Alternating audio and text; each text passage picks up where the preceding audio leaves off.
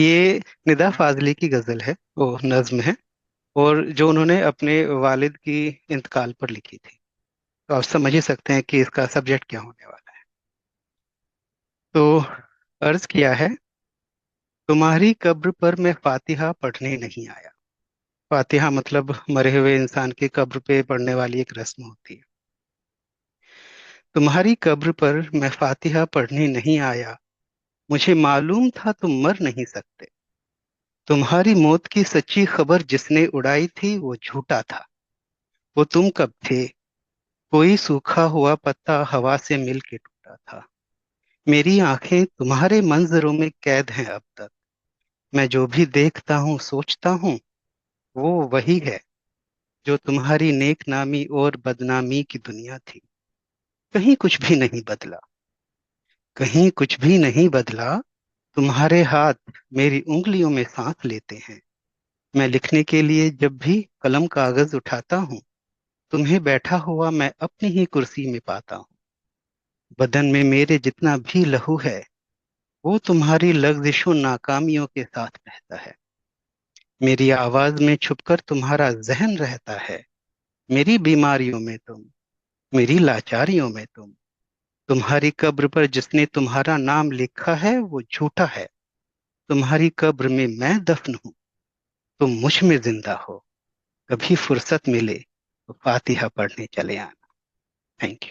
हाँ, क्या बात। वाह। बहुत खूब, बहुत खूब। Thank you. आपने तो मतलब हमारे को अपने फादर की याद दिलवा दी, मतलब सब, मतलब he is no more with us. तो बहुत ही टू टू टचिंग, बहुत ही अच्छी, मजा आया। Thank you. अनिंदा जी। सही कहा राजेश साहब आपने।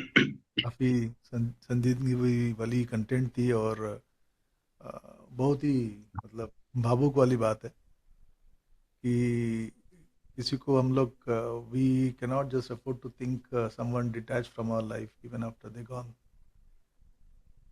क्या ख्याल है? बहुत बढ़िया है, बहुत बढ़िया Manish ji, thanks for sharing. Thank you Anu. Sir. जो बहुत ही डीप है। ऑब्वियसली जब हम किसी से बहुत सीखते हैं और बहुत टाइम स्पेंड करते हैं, और मॉम डैड तो भगवान के दर्जे पे हैं, तो हम उनके रिफ्लेक्शन बन जाते हैं। And whatever we do, तो हमें लगता है कि ये सब इनका ही सिखाया हुआ है। तो ऑब्वियसली उनके जाने के बाद you don't believe that they have left you, because it's you are their part and you will always be their part. तो ऐसा लगता है कि बस you just keep on living their dreams and everything. True. बहुत अच्छा लगा, true. Thank you. Thank you. Okay, Sujata. कहावत है ना मनीष जी, आगाज अच्छा है तो अंजाम भी अच्छा होगा। तो इस उम्मीद है। महफिल की आगाज इतनी अच्छी आपने की है, हालांकि थी तो गमगीन।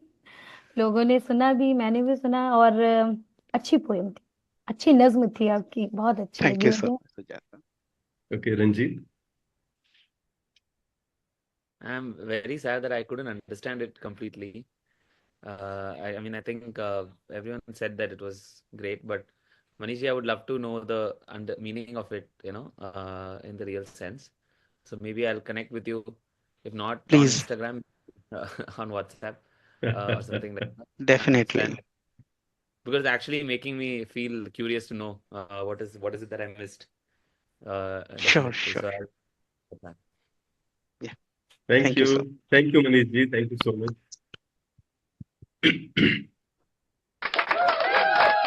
मच।